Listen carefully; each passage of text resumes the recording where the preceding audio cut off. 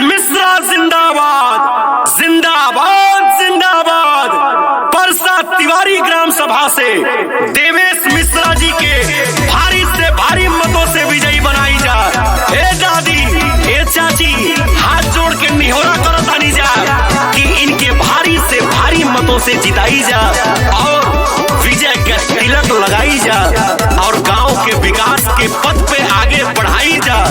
हर हर महादेव, जय हो। जनता के सपना करी है साकार हो, बूढ़ा बुजुर्गन के खूब मिली प्यार हो। देवेश मिश्रा जी के जनता हुक में जा।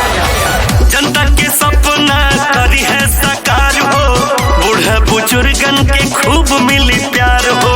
साफ सुथरा छवि लाना है, विकास लाना है। देवेश मिश्रा जी को परसा तिवारी से अब की प्रधान बनाना है। देवेश मिश्रा जी को परसा तिवारी से अब की विजयी बनाना है। साफ सुथरा पानी, अच्छी बिजली, सड़क नाले खड़ंजा और आवारा पशुओं से निजात इनकर योजना नु हुए भैया।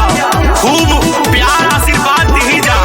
हाथ जोड़ के आप सभी से निहोरा बा कि इनके भारी से भारी मतों से देवेश मिश्रा जी के जिताई जा। बहनों के भाई है ये, माओ के लाल है, जनता के सेवक है ये बंदा कमाल। विकास की राहों पर कि मेरे भाई चलते हैं।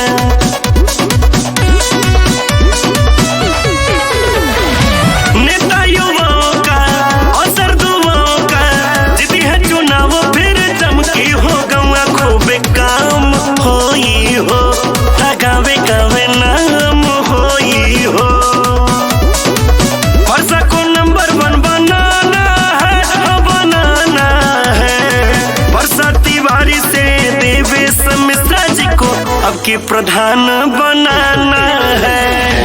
परसा तिवारी से देवेश मिश्रा जी को अब की प्रधान बनाना है। परसा तिवारी गांव के एक बार फिर से विकास के पथ पे अग्रसर करेंगे भाई भैया।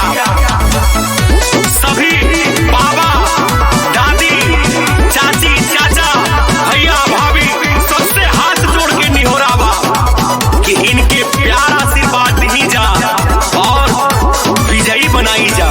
अखियां गरीब के ना ढप डबाई, सबके साथ या विकास के दिन आई। अखियां गरीब के ना ढप डबाई, सबके साथ या विकास के दिन आई। हर दिल अजीज है, सब इनके मुरीद है, दलितों गरीबों के बहुते करीब है। दी विश्वास जताई अब की है इनके जिताई। इधर उधर नहीं जाना है, नहीं जाना है। परसा तिवारी से देवेश मिश्रा को भारी मतों से जिताना है।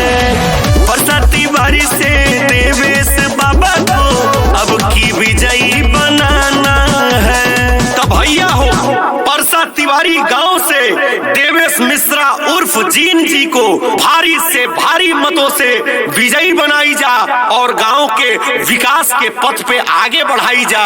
हर हर महादेव।